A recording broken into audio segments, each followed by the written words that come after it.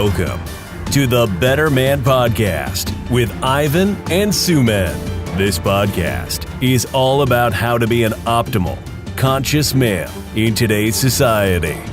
Join Ivan and Sumed as they go deep into the rabbit hole of personal growth, mindset, social dynamics, and spirituality. Are you ready to be a better man? Yo, no way, is it you? I saw you. You were in the last episode. Nice to see you again. What's up? This is the Better Man Podcast with Ivan and Sumed. Today, before we start, we want to provide you with today's affirmation. We want you to close your eyes. Everybody close your eyes.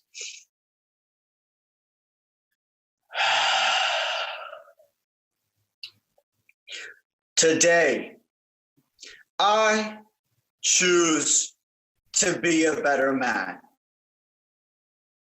Today, I choose to walk like a king, to stand like a king, to communicate like a king.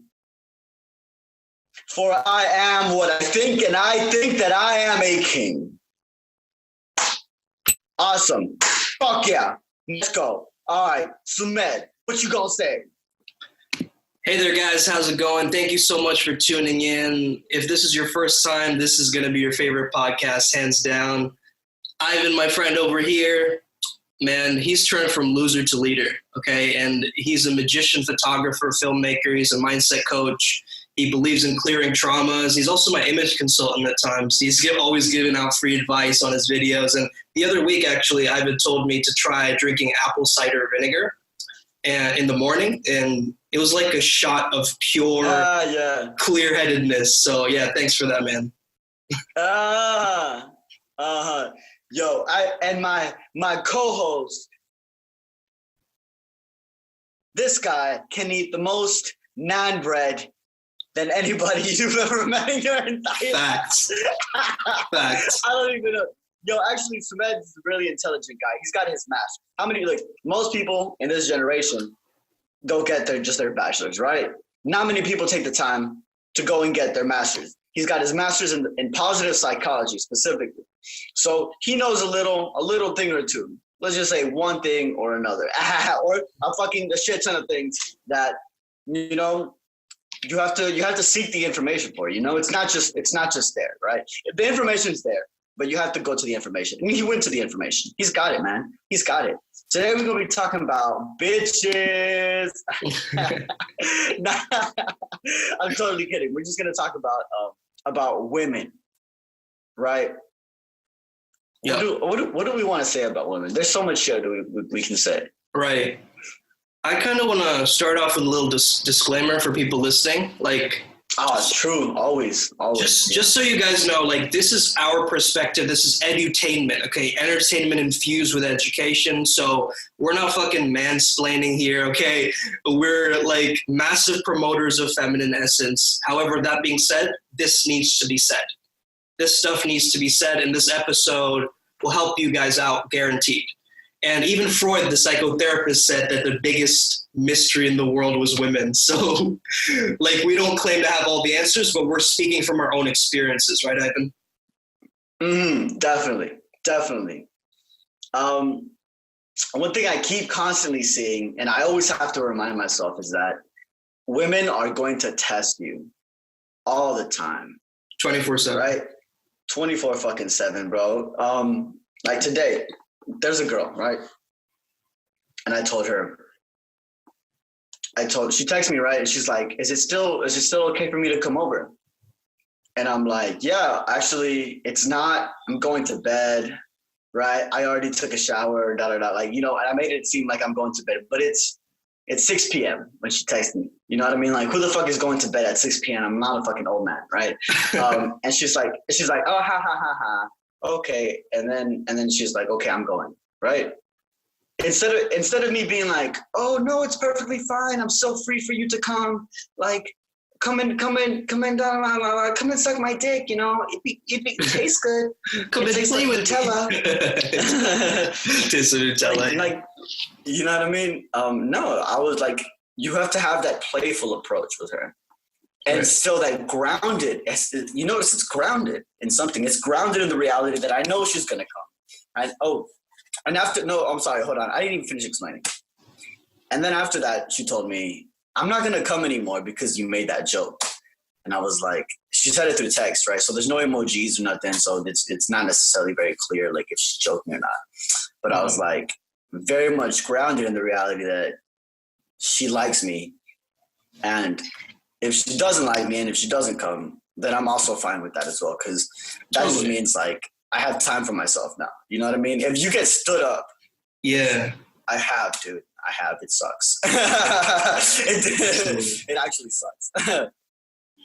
Afterwards, you like, you know what? Now I have time to, continue writing my book, or I have time to make a video. I have time to send the money that I need to send. I need to make an email. Let me write some emails. Like you have that freedom. You know what I mean? Right. And a man on his purpose is the most attractive thing, I feel like, to a woman. Like, honestly, if you're on your purpose, if you know what you want in this world, if you have ambition, like that's the key right there. So, there's no right answer here, but there's just a right answer for you, the person listening right now. There's a right answer for you. It's just about you finding out like what works for you and what doesn't. What is effective and what isn't. Definitely. I like how you made that point, how it's about being on your purpose. It's about being on your own path. You know what I mean? This guy that I was recently coaching, I was like, you know what? I can tell that what he needs is to really be grounded in his purpose. So I tried to help him to be grounded in his purpose because he's having all these troubles with his girlfriend, right? Yeah. And how they were going to break up, and he was very, very emotional about it. They hadn't even broken up yet, and he was very emotional about it. Ungrounded, very ungrounded. And I was like, you know what this guy needs? He needs to have a purpose, right? But we created all the steps, and then we got to the point where it was like, okay, what is the thing that you want the most, right? For me, I give him my example. I was like, by the time that I'm 27, I'm going to have $5 million in my possession, and I'm going to be internationally recognized. And there's more details to it. I don't remember the exact words, right? And I was like, now what's the thing that you want, right? And he was like, I just want to be happy, man. And I was like, okay. That's what everybody wants, though. Yeah. I was like, all right. Well, that means that I have to change my approach now. Right. And let's just start somewhere low. You know what I mean? Like you have to start wherever you need to start. And sometimes you can't even have a purpose yet because you're struggling in lower areas of yourself. You totally dig that? Absolutely, man. And, I think a lot of. Hold on. What was I trying to? Just go ahead. Well, I was just sorry to cut you off, man, but I was just thinking about how a lot of dudes are one-track minded. So they have this one thing in mind, but it's so helpful to be multidimensional as a man. Mm-hmm. And they get that. They end up getting a one-itis for a woman. Right. Absolutely. You know what I mean? Yeah. Do you know what I mean? Like, have you ever experienced that one-itis? Oh, absolutely. Absolutely, I have. I used to get into so many crushes, bro, when I was in high school. Just like one girl after the other. Oh, she's cute. Oh, she's cute. Now I'm into her. Now I'm into her. It's very unwavering kind of, like, wavering kind of energy, not unwavering. I was very, like, my focus was not on one person. It was constantly going to the next. And I think there's something about that, like, one-itis that you suddenly have this one girl where you put all your focus into. So that waveringness becomes unwavering and it goes towards one person. And then that's kind of very dangerous because it takes you out of the abundance mindset. It puts you solely into scarcity. And it doesn't allow for you to really express yourself fully because you have all your eggs in this one basket, and it feels very, overwhelming to be able to have your mind and your thoughts run by this one girl, right? Definitely, bro. And actually, I definitely had it as well. The reason I was able to see it in him that each time he entered into a relationship, he had the idea oh, this is the one. This is the one I'm going to marry. Right. I had that so many fucking times where I was like, I'm going to marry this girl. Like, Same. breaks up 2 months later. Like Yeah. seriously. And it prevents you from like giving attention to other things. Right. And then, so now we're like talking like going to your purpose. Right. But even sometimes when you're so focused deeply in your purpose, you may feel that you're focusing a lot in your purpose and you're not giving attention to the other things in your life. So you might be a very successful man in business, but your relationships are shit, your health is shit, right? Like your just other sections of your life are shit because you put so much of your attention onto your purpose, right? And you end up not living. And that's why a lot of like very successful men struggle with women, because they don't, dedicate that time to understanding the female mind. Right. I think it's very important that we talk about like having arguments with girls, because like I've understood this from a different perspective as I've gone through this kind of like balancing out that feminine energy with my masculine energy, and definitely like within yourself or within a relationship. Just to clarify that. Within a relationship. Within a relationship context, I'd like to speak from that context. However, this could just be like in general. I think when you transform a woman's anger into trust, into love, into lust, into turning her on, right? When you can transform that energy into something else, that's like pure alchemy right there. Like, and I haven't been able to do it very successfully myself. However, I know it, like I'm conscious of the fact that it is possible, because I have found myself in certain situations where I am doing that. So I think the first step, guys, I hope you're taking notes. First step is to get aware, like notice what's happening. Then it's up to you to validate her and to create a container for her space, for her feminine energy. The next thing is to put yourself kind of in her shoes, which is kind of difficult to do because you're not a chick, but try, have some level of empathy. And then the last thing is don't take it personal and play with it. And so basically engage her, but don't fix her. A lot of guys get into this white knight behavior. It's like, I have to save her. I have to fix her. I have to rescue her. And that's really where they fall into. So there's a fine line between play and being patronizing and being a dickhead, right? So practice that carefully. It's a risky game, but it's a very tactful art form. Yo, it's funny that you mentioned about the white knightness.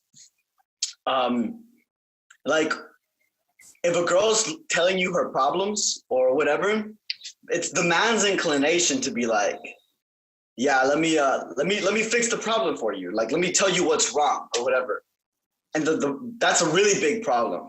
For, like, if you're talking to another dude, of course, right? That would be more logical, because our men are much more logical, right? And we don't necessarily always talk out loud to other people about our problems because we like to solve them internally, right? But a woman, the way that she resolves problems is by talking them out, right? 100%. And whenever you interrupt her and say, do this or do that, well, that's interrupt. She doesn't like that, because that's interrupting her from discovering it, right? And you're just kind of giving her all the answers. She doesn't want to have all the answers. She wants to discover it, right? And the same way, whenever you meet a girl, don't give her all of you. Don't tell her every single thing about you. Create some mystery and let her discover you, because she wants to discover you, right? And in the beginning, your energies are just going to be meeting, kind of flirting with each other. This is the masculine, this is the feminine, right? And slowly, the masculine, like Sumed said, is going to be the container for her feminine energy. She's going to, this is her world, this is your world. In the beginning, they're just two separate worlds, and they soon merge under your world, right? The masculine world will take over this feminine world. And I know a lot of people are going to have a problem with that. My mom, she had a problem with that when I told her that. But I was like, okay, well, let's put it into perspective now. You work, right? Nice. For whose company do you work? You work for my dad's company, right? Like, you do this under my dad, right? Under my dad. And it's not bad to be under. This is what people always like get mistaken. Like, it's not bad to be submissive, right? And whenever we talk about submission and we have these ideas of what a woman is, that's why there's so much bullshit that's going on with the workplace stuff, with the harassment. Yeah, workplace bullying, the judgment and the judgment of like, you're not smart enough or this and this and that. But see, the thing is, a woman wants to be treated in that submissive way, but in a relationship, not in the workplace. In a relationship, she does want to be your bitch. Like, real talk. A woman, like, we'll say that's like a rude way of saying it, right? But it really just means like she wants to take care for you. That's a secret that women don't say. But what they really want is they want to take care of a man. They do. They want to take care of you. They want to cook for you. They want to clean for you. They want to give you affection, right? Yeah, they but do. only if like a man takes care of them too, you know? If you're just sitting back and you're not taking care of her, you know, she's not going to reciprocate that. Yeah. And I think a lot of women, you know, they test you because some women can be very insecure as well. So those tests come from a place of insecurity. And after not being seen, after not being felt, after not being heard from men, she's pretty pissed off, right? She's pretty pissed off. So if you're not being in your masculine, women take up that energy. And to bring that out of you, I've noticed, like when I'm not being in my masculine, a woman will get pissed off and get me angry. So my masculine comes out. Definitely. What would you say about the kinds of tests that aren't out of insecurity? What would you say? What's the other side of that? You know, two sides to the coin. I think the number one priority for all women is, and this is a big generalized statement I'm making, but it's safety and survival value. And if she feels safe around you, if you display in your stature, your presence, that you wow her in the bedroom, any man can offer a woman their dick, right? But offer your woman like orgasms, right? But if you don't know how, then learn. Like, there's a safety in that too. There's a safety in that. There's a creation of bonding and oxytocin. And I think sex is an art and a therapy, because some art is you take it to the extremes, but therapy and healing is a safe environment that you create for her. So if a woman is very hurt, she's been abused in the past, or she has a very traumatic childhood, etc., she can't be like, I'm hurt, let's make art in the bedroom, right? So you have to create a safety for her, so that in your presence, she can feel like, my genes are going to replicate. I'm going to survive with this guy. He's confident. He can take care of me. He can, you know, handle my crazy femininity in a sense. Yeah. I like what you said about sex and about the safety of it. Because, you know, no matter how hot the chick is, she's going to have insecurities. Right? Real talk. Real talk. The most beautiful woman that you know, she's hella insecure. She's like, I mean, and I'm sure she still has self-love and self-confidence, and she has good views about herself, but she's still insecure. Like, and whenever you're in the bedroom, maybe there might have been a guy who she had sex with before, but then he left, right? So then she has to make sure that, like, you're gonna stay there after the sex, right? Or maybe he judged her. She said something bad about her body, and while she was naked and exposed to herself, right, she became vulnerable to him, and he was saying, don't be vulnerable. Your vulnerableness is terrible. It's ugly. I don't like it. Yeah. Right? Honestly, and we can even take it even out of the bed, and we could say, like, one experience that I had, this was Dumb of me. But so there's a girl, and we had a good ass time. We had a good date. And then we chilled afterwards. I'm about to kiss her. And then I'm doing like the thing, the pulled away, right? And I think I did it too much, right? That's the problem. I did it too much. And then I kissed her, and it was a shitty kiss. It was actually a shitty kiss. And then I was like, loosen up your lips, like it'll be a better kiss for me or whatever. Some shit. I was years and years ago. I was very young. I was like still in high school. And it kind of like ruined it. And in that moment where she became vulnerable, it was like, this vulnerability isn't fun, right? I don't feel safe. I feel judged. Like if I'm judging her about the way she just kissed me, she's gonna be like, if he's gonna judge me about the way that what like any other intimate moments that we have are always gonna be judged. And you should judge, but yeah, with some level of discernment. Yeah, I totally get what you're saying. And also, both women and men, they just need to get over their trust issues. You know, if you've had a bad relationship in the past, obviously you're going to be holding on to some of that energy and not being able to trust your current partner. So what I would say is resolve those yourself. Don't drag her down into it. However, the trust issues that you're having for your future and your present, solve it with her, your current relationships. And I think that's kind of a good way to like understand that, you know, and also, you know, I just want to say that attractive women have a very hypnotic quality to them.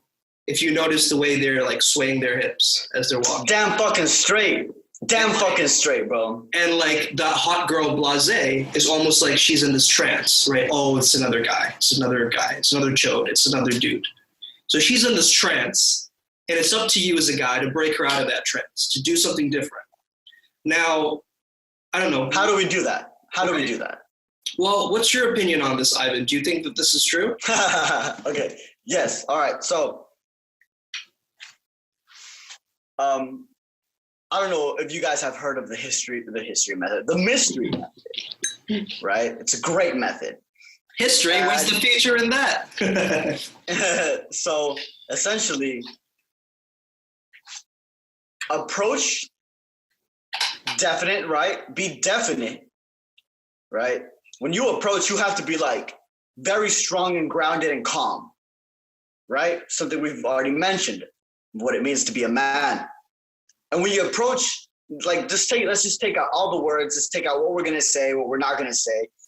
Just your presence says confidence, calmness, groundedness, assuredness, right? Yeah. Like it's just exuding. It's just exuding that presence.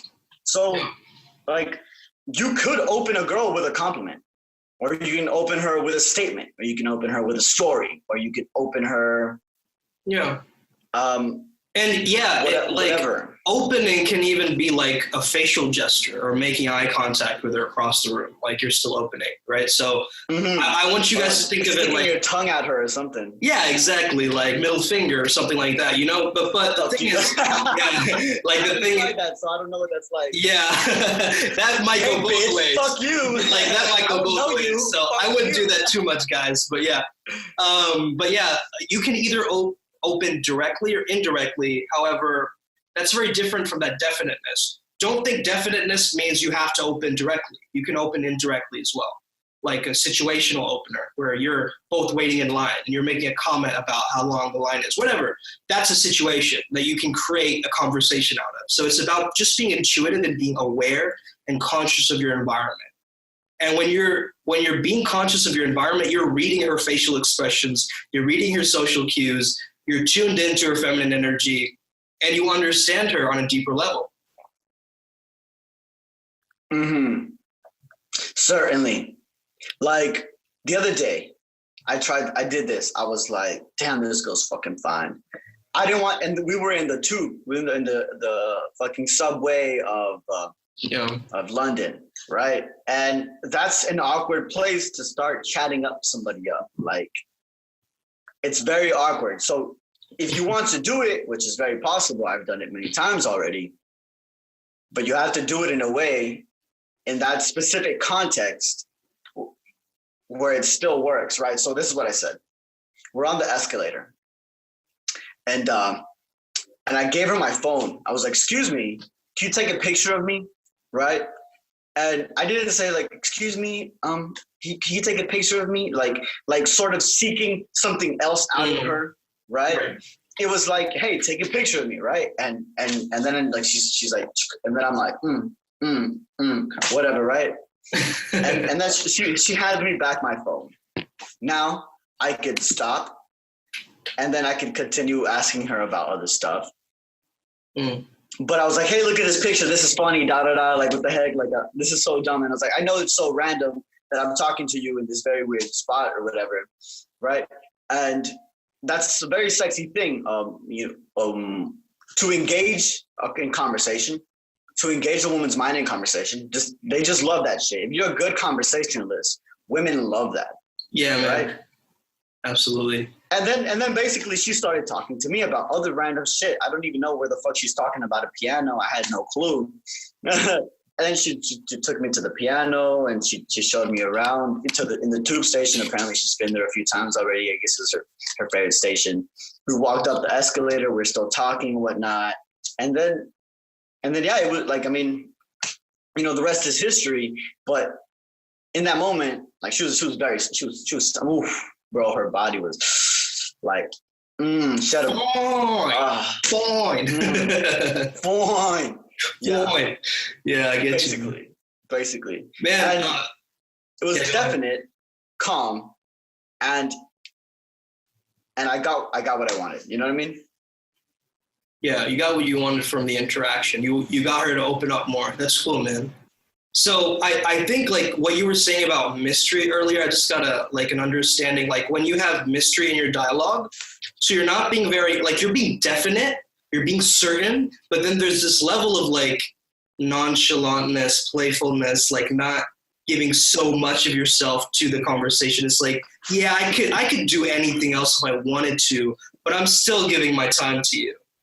And that's the mentality. That's not what you say. Right, exactly. That's very that's clear the with mentality. Right, very clear. And so like starting off a conversation like, sorry I'm late, when you just met a stranger. Like, or, I've started conversations like, you look like you're having way too much fun, where someone was struggling with getting some coffee for herself. And she was like, she saw that, sarcastic remark, and she was like, no, like, stop it. Like, what do you mean? Like, and that playfulness, that banter got us to talk further. So I think that there's definitely a level of, when you're approaching, you're not like putting all of your, like, all your hopes into her. You're unattached to the outcome. And I think that's where a lot of guys really get confused. It's like, how can I be certain, but at the same time be unattached to it? And you know what? This is what I realized, right? The reason that you can do that you can become unattached from that situation, from that interaction, from that specific girl, is by realizing that if it did not go well for you or her, let's break it down. One, it could have been you. You know what I mean? Like you could have fucked it up. Two, she probably would have liked you, but in another scenario, in another situation where she was feeling a little bit different, right? Could have just been her, right? Or number three, it wasn't her emotions at the time and it wasn't your emotions at the time, but you both just did not resonate with each other. Totally. You weren't for each other. You weren't a good fit. Yeah, could happen. Even in sales, like, yeah, you just aren't a good fit for some people. That's fine. Yeah. You became instantly really loud in my headphones, by the way. Oh, really? I mean, do I still sound good for you? Yeah, it's fine. Okay, all right. Hopefully, I mean, I don't even know what the fuck you're listening to. Like, fine for you. Like, where does he fine even mean? Like, you know what I mean? But well, anyway. Yeah, I've approached girls and like, I've asked them, like, I remember back in high school, I was trying to ask this girl to prom, and like, she told me like, I don't know you. And that really hit me because at that point in my life, I didn't know myself. This is what I realized. I didn't know myself, bro. So how could she know me? Because I didn't have that certainty, that level of confidence as I was saying that. I was like, do you maybe want to go to prom with me? It's like this uncertain energy where that state transference happens. And this happens with any two individuals, not just males and females, but whatever you're feeling, she's feeling. So if you're feeling nervous and approaching her from a nervous energy, she's going to feel nervous around you. It's like, what does this guy want? What is his intention? He's not really clear in his communication. However, if you're just like, bam, bam, bam, hey, meet me here, let's go for sushi. It's like being decisive, right? It's not like being, do you maybe are you free like today? Like, it's like kind of like letting her be the leader. So a lot of men do that. They're like, let her be the leader. Like, let her decide what she wants and I'll go do whatever she wants to do. However, sometimes it's just cool to make decisions. And that's what I've been practicing throughout my time of being in various relationships, being like evolving as a man. I've understood to be more decisive. And it's an evolution. It's an evolution. Bro, you know what actually I really, really dislike? Really fucking boils up my blood. Is grinds my gears. Exactly, bro. Like, whenever a dude asks a girl, where do you want to go eat?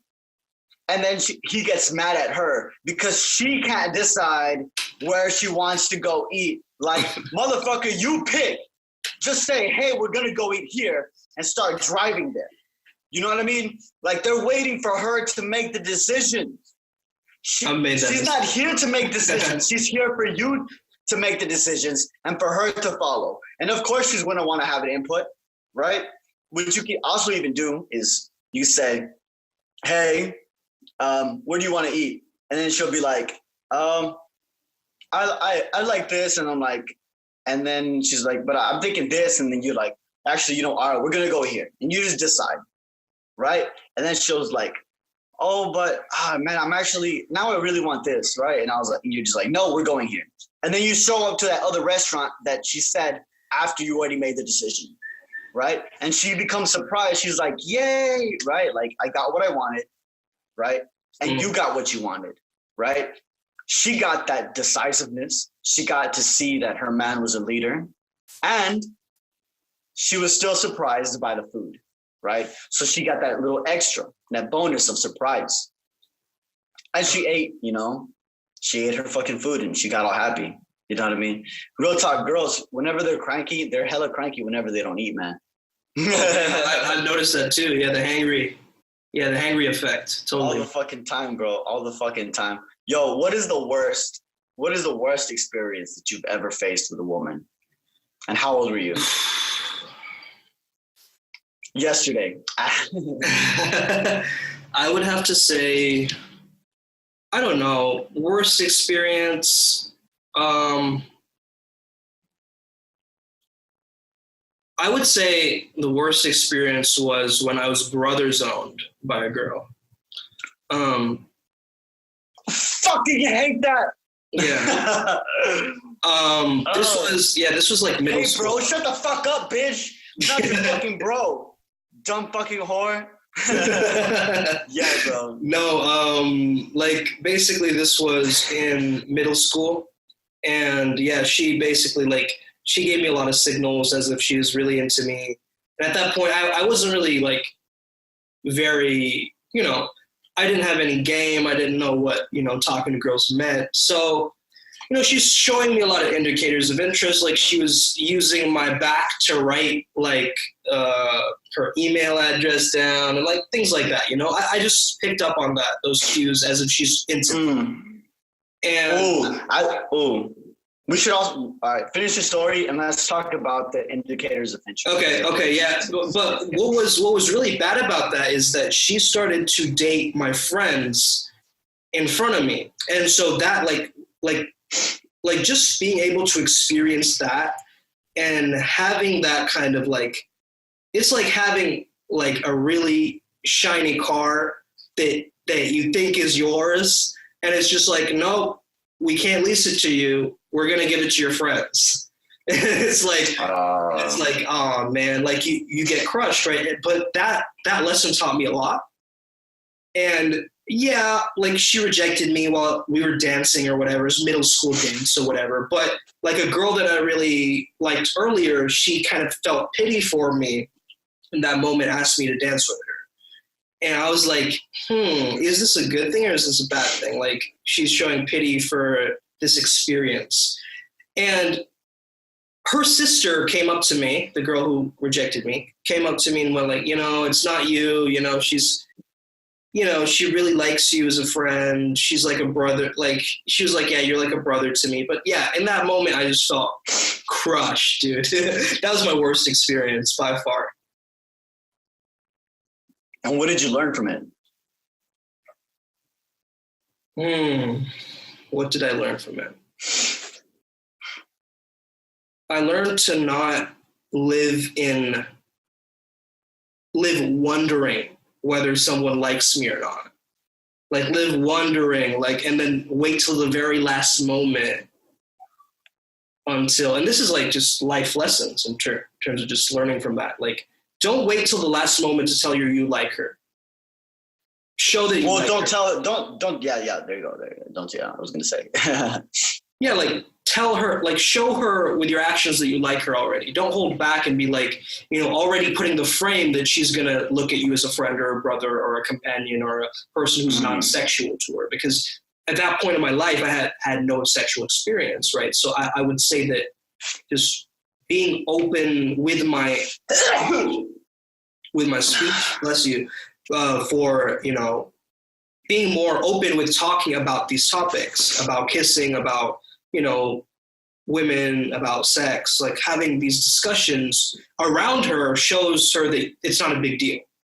And when you show that it's not a big deal, then she's much more able to also not take it as this very grave thing, like this guy's trying to get into my pants. It's like, this guy knows what he's about and he's doing his thing so that, like, I can enter his reality and into his worldview and into his frame. And I think that's a beautiful thing when a man can really calibrate that. I think my worst experience, honestly, was I had a lot of times where I was deeply in love, deeply. And the truth was, should I have been in a relationship at that time? Yes and no, right? Yes and no. Yes, because I needed to get my heart broken, right? I needed to go through that experience of all that pain, so I can learn the lessons. And the reason I said no, I shouldn't have been, is because if I had already had the wisdom of those lessons, then I wouldn't have needed to go through that experience, right? So no, I shouldn't have been in a relationship because I wasn't grounded in myself, right? I was needy for these women. I needed them in my life, right? To fulfill me. I was not complete until I was looking for them to fulfill me, right? And if you're not fulfilled with yourself and you're going to keep looking for other people to fulfill you, you're never going to be fulfilled. Never. 100%. Never, really. And so not everybody should be in a relationship. Not everybody should enter a relationship. Sometimes you actually need to give yourself time to go and find yourself and understand and fulfill yourself. But it does not mean don't pursue romantic relationships, because they're also going to be teaching you something along the way. Right. So it's such a paradox. You know what I mean? It really is such a fucking paradox that you have to learn to balance. You have to learn to balance these paradoxes, right? Yeah. This guy, the founder of All Flow, he's telling me that he reframes the word ex, like ex-girlfriend, to teacher. And so he doesn't get triggered by the word ex anymore. He takes the lessons from that. And he immediately associates like a learning lesson from it or wisdom that impacted him in that relationship. So I think that's a pretty cool way of like just being able to alchemize the negative experience you had and then looking at it like it's a learning lesson. I can grow from this. I don't know. I don't think I could call them teachers. I definitely like to call them exes. I personally don't feel triggered by it because what I've done was any negative experience that I've encountered, I also have attached the lesson. So anytime I remember the negative experience, I also have to remember the lesson that I learned. You know what I mean? Because if you keep coming back to a negative experience, it's because you haven't learned the lesson. Yeah. You're in a circle. You're in a circle with that shit, right? Or you keep getting broken up with. If you keep getting rejected terribly, very, very hard, right? When you approach women, it's because you need to learn a lesson, right? And every time that you approach women, and if they don't like you, it doesn't necessarily mean a rejection. It just means that you don't like each other. You're not right for each other, right? So like, if they're just like uninterested, like, okay, go away. And just go away, bro. Just you don't have to talk to them anymore. You know what I mean? Like, Ivan, I want to ask you a question, bro. What was your like tipping point moment for when you realized like, fuck it, I don't need to play this role of like being this dude like who's not successful with women? Like, what was your key point, like moment in your brain, in your mentality where you were like, boom, and something switched on for you? It was like an aha moment where you were like, okay, I need to try something new, or I need to be different in some way towards your transformation. Yeah, it was very funny because since I was quite young, I've always attracted women into my life. And I had, relationships since I was 12 that were, deep and meaningful. Mm-hmm. So it's not that I wasn't good with women. I was, I had the girlfriends that were like the hottest girls, the girl that everybody wanted to date, right?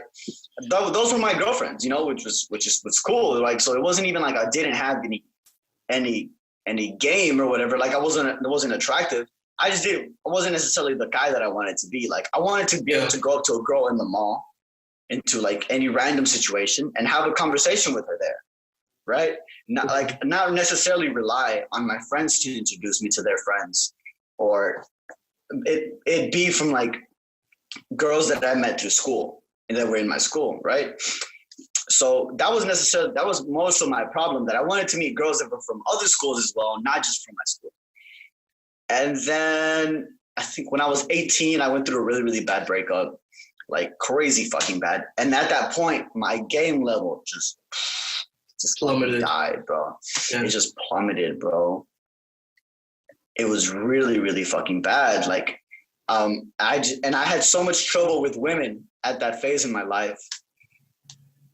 And then I think I just regained groundedness again, and I realized like it's I'm all right. Like, I'm actually, what I had to do, I had to refine my strength. Right? Because you're strong already. You as an individual are already very strong. Yeah. But you forget that you're strong. You forget how incredible you are, right? Mm-hmm. And like, here's all of your amazingness, and here's a little bit of your failure, a little bit of your bullshit, right? Mm. And when you're so success driven, you're like, whoa, I gotta fix it. And all you're doing is focusing on the little part, which it is important to fix these things, but you're not realizing that you need to be grateful as well. And not just be grateful, but you need to count your wins. And then you have that extra perspective of, I'm a lot of things. And of those things, only a little bit of me is actually a loser. Most of me is actually a winner. And you take that perspective, and when I started shifting in that perspective, then like my relationships started improving a lot. And what I also realized was that I needed to improve my relationship with my parents. Right, that was important for me. And sometimes when you don't improve those, because like, all right, so basically you need to fix those because that's the beginning of your childhood. Those are your first your loves. The first loves of your life are the people in your family. Yeah. And you need to have that bonding connection, right? And if you can't fix that, well then you need to have self-closure, right? Closure doesn't come from another person, it comes from yourself. Yep. Right? So something I would tell to somebody is that if you had problems with your parents, you need to forgive them, because and you need to be above that pain and look at it compassionately, like they were under so much stress. They had so much things that were going terrible in their life, and they were loving you, but from their point of consciousness. Yeah. They can't love you. They can't love you from that God level of consciousness because they're not near. We want to be loved perfectly, right?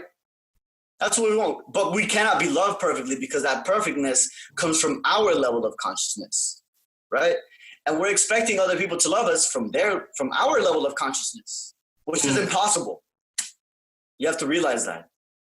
Totally, man. And I think another thing is totally like healing your inner child. Like, I think there's a part of our inner child that feels like, oh, I'm still this boy. And if you were a boy and you were hurt in the past, I think there's definitely a lot of trauma that we hold on to. And so one of the exercises that I do with my coaching clients is I take them back into their childhood where they make eye contact with their childlike self, like before they were like 7 years old, because that's where the subconscious mind is in theta state. And it's very like, it's like a sponge, like it's absorbing all the information. Basically, children are in hypnosis. So whatever they're receiving before 7 years old, it's becoming embedded in them as a part of their identity. And so once you go back and you make eye contact with your childlike self, you start to like engage with that. You hug them, you embrace them, like, and create that sense of joy and fulfillment. Like it gives you this feeling like, okay, I can move forward now. There's a wounded side of me, but that doesn't need to be my victim story that I'm repeating over and over again and getting from these various experiences with women, with business, with, wealth, et cetera, et cetera. So I think that's a really important key that you said.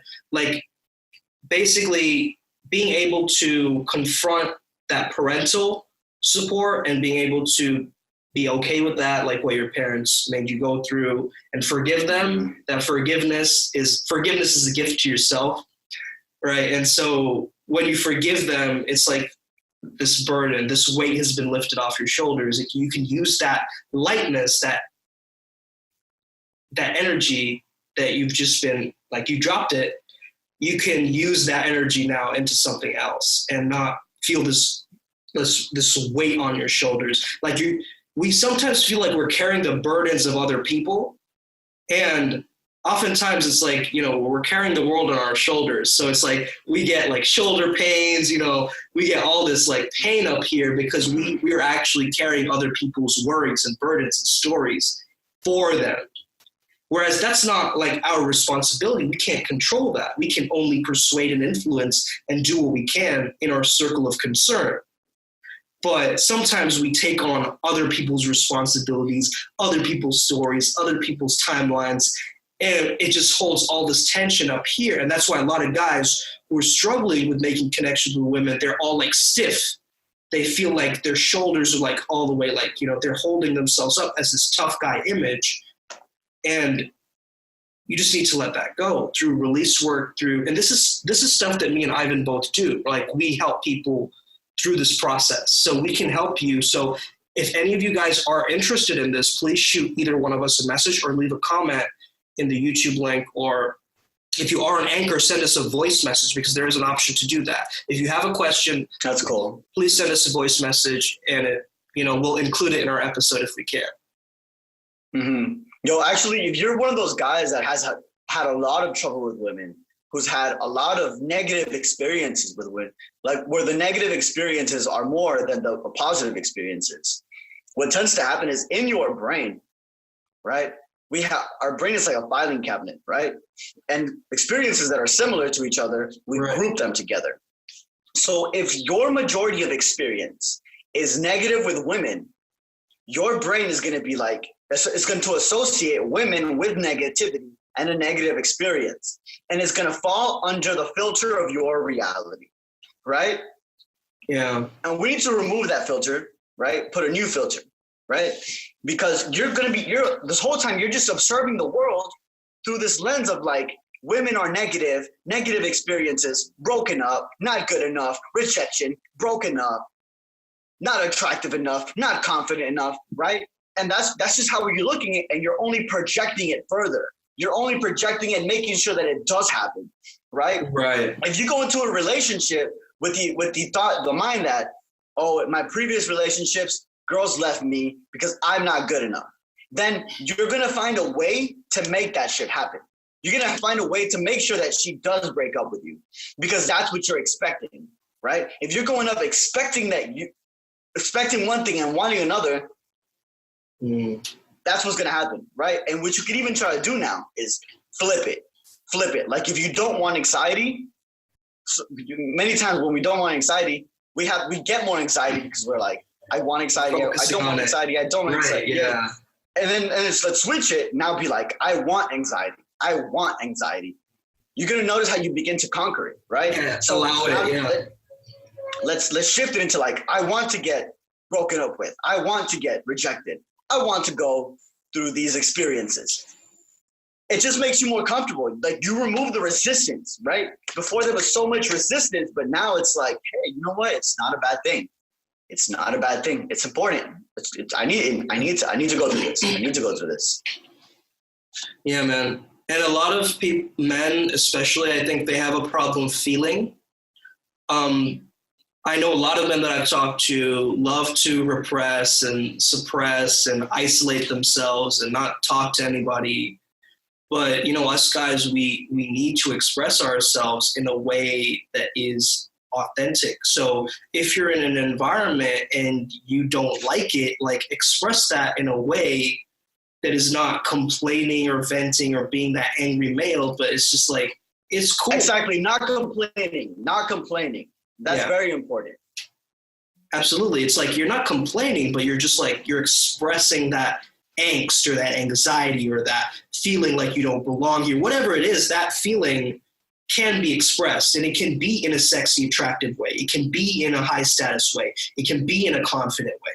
So just be observant of that and allow yourself to go through the process of it. And the more you get into more experiences in life, like that's how you're going to learn. You're going to learn from the field. You're going to learn from your experiences.